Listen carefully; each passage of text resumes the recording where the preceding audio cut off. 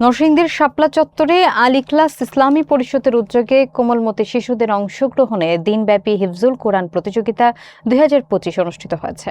জেলার 72টি মাদ্রাসার কয়েক শত শিক্ষার্থী এই প্রতিযোগিতায় অংশ নিয়ে তাদের সুমধুর কণ্ঠে পবিত্র কোরআন তিলাওয়াত করেন। প্রতিযোগিতা শেষে বিজয়ীদের মাঝে পুরস্কার এবং সম্মাননা ক্রেস্ট প্রদান করা হয়। বিস্তারিত দেখুন এম ওবায়দুল কবিরের প্রতিবেদনে। নরসিংদীর শাপলা চত্বর এলাকায় আল ইখলাস ইসলামী পরিষদের আয়োজনে দিনব্যাপী হিফজুল কোরআন প্রতিযোগিতা সম্পন্ন হয়েছে।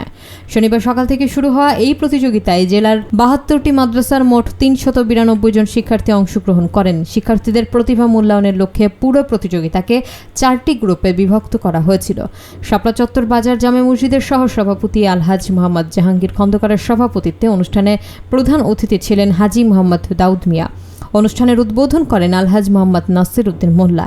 প্রতিযোগিতা শেষে 5 পাড়া গ্রুপে সালমান মোল্লা, 10 পাড়ায় সাজিদুর রহমান, 20 পাড়ায় আবু জর গিফারি এবং 30 পাড়া গ্রুপে মাহমুদুল হাসান প্রথম স্থান অধিকার করেন।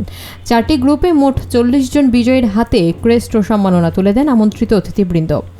এ সময় উপস্থিত বক্তারা উল্লেখ করেন, এ ধরনের আয়োজন শিশুদের মাঝে কোরআন চর্চা এবং সঠিক ইসলামী মূল্যবোধ বৃদ্ধিতে গুরুত্বপূর্ণ ভূমিকা রাখবে। তারা এমন সুন্দর আয়োজনের জন্য আয়োজক কমিটিকে ধন্যবাদ জানান। বাদ মাগরিব বিজয়ীদের মাঝে পুরস্কার বিতরণের মাধ্যমে অনুষ্ঠানের সমাপ্তি ঘটে।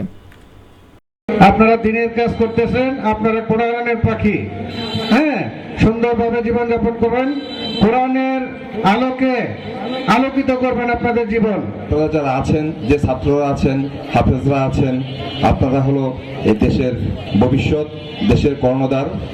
আপনাদের উপর অনেক দায়িত্ব আছে।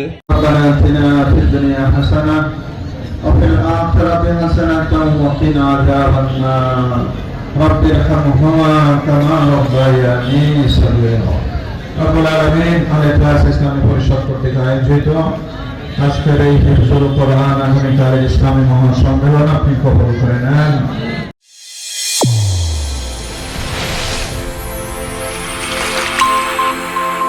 চ্যানেল A1 হৃদয়ের স্পন্দন।